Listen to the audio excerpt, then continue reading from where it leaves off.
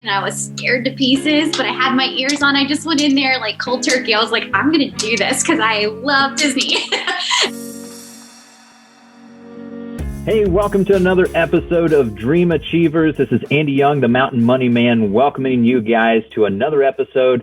And I've got a fantastic, magical treat for everybody that's logged in to watch this on YouTube or is listening on your favorite podcast platform. I've got Minnie's Travel Boutique with Kristen and Chris, as well as Bo, that are going to be joining us today. So first of all, guys, welcome so much to the show. And tell me, what was your first memory of Disney? Oh, wow.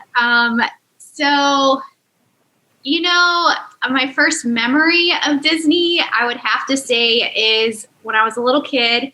And you know those VHS tapes? The Little Mermaid came out, and that kind of made a big impact on me as a child. So that was probably like my biggest impression of Disney was, unfortunately, I mean, not unfortunate, but it was The Little Mermaid. Like, wow. How about for yourself, Bo? Bit of like a morbid story that gets like something really awesome. I remember, I think I was 3 or 4 years old, and me and my brothers were out back playing just baseball. And I remember I was standing too close to my brothers, and I was the catcher. I'm the baby, and I actually got hit right in the face, and I remember I blacked out. And I remember when I woke up, we were watching The Lion King, and like I just definitively remember watching The Lion King and like Mufasa, and it was just really cute. And Simba, it was a really like sad moment where I got hit, and then I woke up with a bloody nose and ice on my face watching The Lion King, and it was great. Now, Chris, you've got a lot to do to top that one. Well, it's okay. So I guess your question is the first memory of Disney, right? Not necessarily visiting the parks. Is that right? Correct. Okay. All right. So my first memory of Disney would be, just like Kristen said, the old VHS tapes, Pinocchio. That was my movie growing up. I remember when I was little, we had this red van. And at the time, these big honking red vans, they had TVs built at the top. And they had VCRs in the back. So, if you had a family and you're traveling someplace, you could play the VCR and it would broadcast onto the TV. Now, we're talking old 4x3 tube screens here, okay? And no matter where we went, even if we were just going from home to Cracker Barrel, I had to have my Pinocchio tape and I had to have it in the background. And then, of course, you just wear it out over time because it's VHS. And then the colors start to become muted and gray. And then it's just the tracking's off. So I wore that tape out. So Pinocchio. I don't know what it was about Pinocchio, but I always had to have it on. That's awesome. Yeah, my 3-year-old now is spoiled with their van that has the TV that drops down and everything. And she's the same way. She's got her Disney classics that are always on, but it's Moana that's on loop, it seems like, with that. So that's awesome. Thanks so much for sharing with that. So you had different paths that led you here, but I'm going to guess somewhere along the way that you just really, really enjoyed Disney so much that you decided, you know what, I want to help other people realize the dream of going on a trip or traveling and being able to experience that. Kristen, tell me a little bit as far as what actually got you interested in travel and helping people out. Absolutely. Before I became a travel agent, I was actually helping doctors and lawyers travel to specific destinations. And I was a secretary. So I did a lot of help with learning how to put itineraries together and stuff. And I thought I really enjoyed that because I was very specific about it and wanted to make sure that their packets looked great and that they felt so confident that they were when they would go somewhere that they knew, okay, I have nothing to worry about, So I would always put that pressure on myself, and then we would go over it together. I was pretty specific about it. But that I really found out through time that I was really good at it. Like, I was like, man, I felt like they were trusting me and I was trusting them. And I really realized through that this might be kind of my niche. So that's kind of what made me kind of fall in love with travel for others. And then when I had the opportunity to travel myself, when I call it my big girl job, I actually ended up traveling a lot. And I went to places that I never thought I would be able to go. I went to Guatemala. I ended up going to Washington State, California, went all over the place. And through that, I got to experience a lot. And the thing is I never really took care of myself in the travel process. And so I realized, wow, I should take care of myself when we're going to these places. And so I started kind of doing, okay, what would I do if I put myself in my own shoes and did my own travel for myself? And I learned a lot, when you're on both ends of the spectrum, you're the one traveling or you're not the one traveling. So that's kind of how I fell into it. And I've loved it ever since. So what are some of the challenges? Maybe somebody that's listening right now that goes, okay, cool. They have a travel boutique. It's got Minnie in the name. And she's wearing ears. So it's probably Disney related. Maybe, explain a little bit as far as what is somebody that benefits from working with you guys? What does that look like? Oh, man. Okay. So Minnie's Travel Boutique was founded in 2016. And through that, it became an authorized Disney vacation planning agency, which is meaning that we are earmarked with Disney. And what that allows us to do is that we get to help other people make their magical dreams come true by helping them plan for a Disney vacation. And through that, we get to know our clients. We kind of want to hear their goals about what they want to do while they're at Disney. And for people that, we're a home-based agency, so we get to work out of the comforts of our home. And we have a team of 16 agents that are on board with us. And they get to work from home. And it's a great opportunity. It's kind of, some people think, oh, it's direct sales. It's not quite like that because we really don't actually have to go out and be like, come get a vacation. Disney always sells itself. So people are really always coming to us saying, hey, I would love to have you help us. The great thing is most travel agencies, they have a fee. They have a planning fee of some sort. Our travel agency does not. Mickey pays us, not our clients. Yeah, I know from living in the Orlando area for 4 years, and especially with having little ones and going to the parks, we would have friends or family that would come down and visit. And it was a very, very different experience when the person had tried to stress and plan and do everything on their own versus the person that said, oh, I had so-and-so that took care of it for me. They worked it out. At that point in time, they still had fast passes, so they were helping out with getting those. We're waiting for those to come back for all of us that enjoy the parks. But it's a very different environment with that. And especially with COVID, with coronavirus and all the changes that have happened in the parks, what have you guys done to help people just to kind of educate them on how they can still have that amazing experience when they travel? Probably our biggest thing is Chris and I, we decided, once we felt like it was safe for us to travel back in September, we decided we needed to go down to Disney to figure out if this is something that we could actually honestly tell others that it's a safe environment to be in. And although there were many changes to Disney, it's still very magical. It's just a different type of magic. And we talk about that different type of magic through our agency, saying, character interactions are somewhat different now. And so we kind of talk about that with our clients. And then, we talk about the social distancing measures that Disney has put in place, the mask requirements, just all those little things, cashless payments at Disney, things that are going to keep them safe, because the number one goal is to keep the client safe. And we do not make that decision for the client, obviously, if they're supposed to travel or not. We talk to them about it and we tell them, okay, these are the measures that I put into place. This was our experience. Chris and I felt that Disney was a very safe place to be when we were down there. I mean, the cast members were phenomenal. Disney's always a clean park. I don't know how they even it's even cleaner. It was amazing. It's always been white glove to me, when you check on dust and stuff. I mean, it was fantastic. If somebody touched a rail, there was a cast member there immediately. But I'll let Chris talk a little bit about that as well, just about how we're educating our clients and then how, what we experienced when we were there this past September. So, Chris, I know that you guys have a YouTube channel where you share some videos about experiences and things that you can do as well, right? Well, I would actually like to add that Kristen developed the YouTube channel back when COVID first got started. Well, I guess when it became more of a pandemic for the States and whatnot back in the spring. And it's youtube.com. Look for Chrissy and Minnie. So it's KrissYandMinnie, Chrissy and Minnie. And what I know I'm kind of going off the question, but since you brought up the YouTube channel, I want to plug what she's done. So she came to me right when the school started to close. They were going to be closed for about 2 weeks at the time.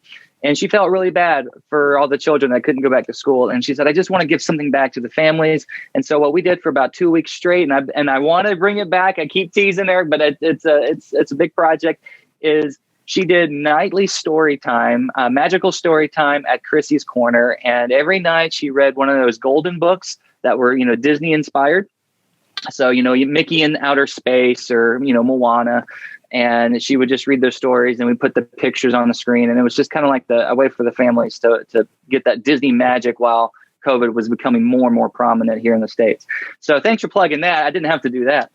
But going back to your question about educating and, COVID right now, especially in Florida. And so Kristen's right. What we want to try to do is, our plan was to go in September and experience the new magic, if you will, of Disney. And she's right. The magic is still there. It's a different kind of magic, but it's still there and it's still enjoyable. And to be honest, I actually felt, even though the fireworks were, let's say they're postponed and, Fantasmic, the show wasn't happening right now, even though some of those things weren't happening, it was still one of the best, most memorable trips we've ever had. And I think a lot of it has to do with the extra care and attention to safety details that the cast members and the whole Disney operations team has put together. And they're putting more and more emphasis on the My Disney Experience app. And that's something we really try to help educate our clients through Zoom calls, through maybe some other YouTube platforms, channels that, they have great visual learning to understand how to use the My Disney Experience app, because she's right. They're going cashless. It's a good way to check in with your mobile app versus having to go to the front desk and go through that process. You've got your dining that you can keep up with, your wait times. So all those things are kind of your shopping, it's all integrated in this My Disney Experience app, which is super, super helpful. And I don't think that there's not much of a learning curve for that, but not everyone's tech savvy. So it takes a little bit of getting used to. But the face masks, the sanitizing, the social distancing, they have worked so hard. And every time I get a chance to plug the cast members and their hard work, I got to do it because we're very appreciative of them. And we had a great experience. And to be honest, October is around the corner and I cannot wait to go back. So that you already brought it up. Everybody's probably wondering, hey, what does he mean about October? For those of you that are members of the Central Virginia Business Coalition, there's a special trip coming up that you're going to wind up getting some nice magic bands coming in the mail to get you ready for that cashless payment and getting out to enjoy the parks. Share with us a little bit about what's coming up and what's special about October. All right. So back when I was not an owner, but just a travel agent, I really needed to get plugged into the community. And I went to this networking group called Central Virginia Business Coalition. At the time, it was called Retail Merchant Association. I went and we went around a circle and we were supposed to do our own plug-in. I was scared to pieces, but I had my ears on. I just went in there like cold turkey. I was like, I'm going to do this because I love Disney. And it was a great experience. I have never in my life, after we did that, so many people came up to me and I ran out of business cards. It was great. But getting to know a lot of people in the area, and especially with CVABC, I noticed a lot of them had not had the opportunity to go to Disney World. And so since that time that I was thinking about it, I really started how can we do a big trip? And Heather Alto, she and we had talked several times about, can we make this a possibility? And I'm like, yeah, and so we finally just, decided, let's do it. Let's do it next October. And it is going to be October 27th So sorry. Let me get this right. October 23rd. People that are going, Chris, give me the dates on this one. October 23rd through 29th. Yes, October 23rd through the 29th. We want everyone to have that full magical Disney experience. So it's staying on Disney Resort property. You get tickets. We work within your budget. That's something that we pride ourselves here at Minnie's is we kind of talk to everybody about their budgets and what's the best way to go about, saving money and making payments on your package. That's probably our biggest goal is that we want to make sure that you go and you're not going into debt when you're going to Disney.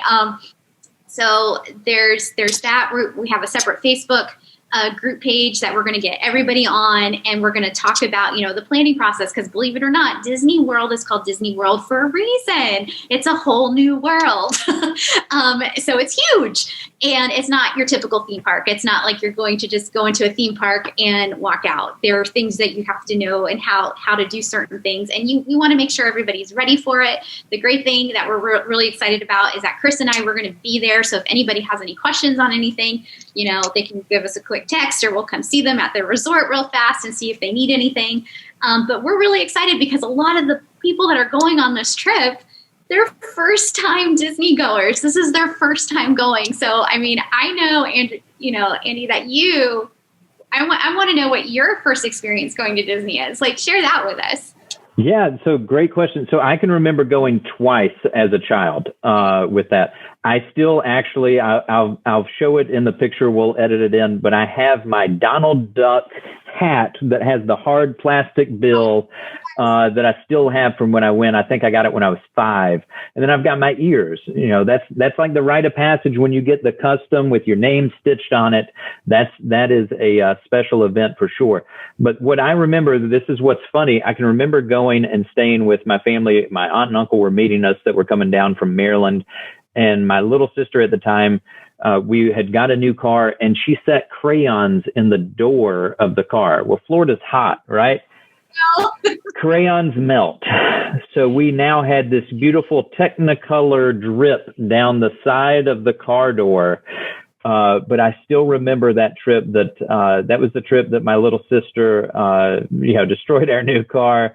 But we had such an amazing time of going. And I just remember the fireworks of being around the World Showcase and watching those fireworks at Epcot.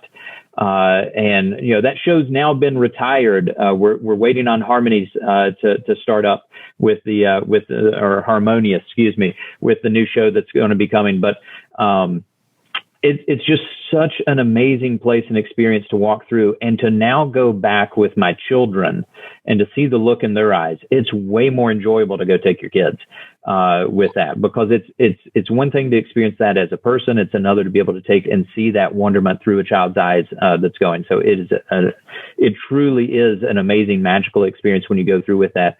And there's something new when you go all the time. We had season passes that we went probably 3 to 4 times a week while we lived there at points. And you could go and see something different every single time, or some little nook or cranny or detail that was there to be able to help out. So, Bo, I know you're the Sorcerer's Apprentice. There used to be a game at Magic Kingdom of the Sorcerer's Apprentice. It's now been retired, but there's you still see the little hidden things around Magic Kingdom that were part of that. So it's just things like that you could go and experience that you had no idea when you just pop by the park and you're there for that one day, and it's maybe the only time you're ever going to go see Magic Kingdom in your lifetime, and you can rush to try to get around. But having someone like yourselves that can go through and help plan your day so that you make sure that you're seeing the things that are important to you is so important when you're only able to go that once in a lifetime chance. It is so crucial with that. So, guys, I know that you've shared a whole lot as far as with coming up with that event, but for people that are trying to keep up and learn more, or just to figure out more about Minnie's Travel Boutique, where can they keep up with what's going on for you guys? Go ahead, Chris. Okay. So, yeah, since Kristen mentioned this earlier, we are the new owners for Minnie's Travel Boutique, and that was effective earlier this year. So we've got a lot of new things coming. And currently, the best way, I think, to get a hold of Kristen, especially here in Central Virginia, is Kristen at minniestravelboutique.com. Again, that's Kristen, Kristen, at minniestravelboutique.com. That's the perfect way, I think, to get a hold of her through email. But also, we've got a brand new website coming. We've got our Facebook, we've got our Twitter, we've got an Instagram. All these things are coming, and I'm excited to do the unveiling and to reveal it real soon. Right now, we do have the older information, minniestravelboutique.com, but just like Disney, there's always something new right around the corner. So I'm excited that our new website's coming real soon. But I would say the best way is Kristen at minniestravelboutique.com. And another great way for her to see her work and what she's been doing is to go on Facebook, Twitter, and Instagram and look for Chrissy and Minnie, just like the YouTube channel, KRISSYANDMINNIE, Chrissy and Minnie on all of those social media platforms, and you'll see all the work that she's been up to. Fantastic. Well, thanks so much for sharing that, guys. Last question. Kristen, how many pairs of ears do you have? Oh, wait, is that counting what's in the house right now? Well, you have found my Achilles heel. Okay, I don't even know. Oh my goodness, I would definitely say over 20 pairs of ears. For those of you that are listening or watching right now, this is one of the things that when you go to Disney that's so fun and unique is to see all the different ears that people come with. There's tons of Etsy shops dedicated to this. There's the ears that people buy that are there in the parks, but it is so fun to walk around and see people just enjoying themselves. And, they've got 4 sets of ears. They've got the 2 on their head and then an extra 2 on top. So it's really, really interesting to see with that, all the uniqueness with that abounds, and people dressed up and enjoying themselves. So I'm glad to see that you take your job so seriously that you can wear your ears and enjoy your day every single day with that. But guys, again, I want to thank you for taking time to be able to share with us on the podcast. For those of you, look down in the show notes. We've got the links to Instagram, Facebook. We'll have the YouTube there linked as well. And if you're a member of CVABC, be sure to look as Heather as well as Kristen share information on that trip that's coming up and how you too can be a part of that. And until next time, this is Andy Young, the Mountain Money Man, signing off until we see you again.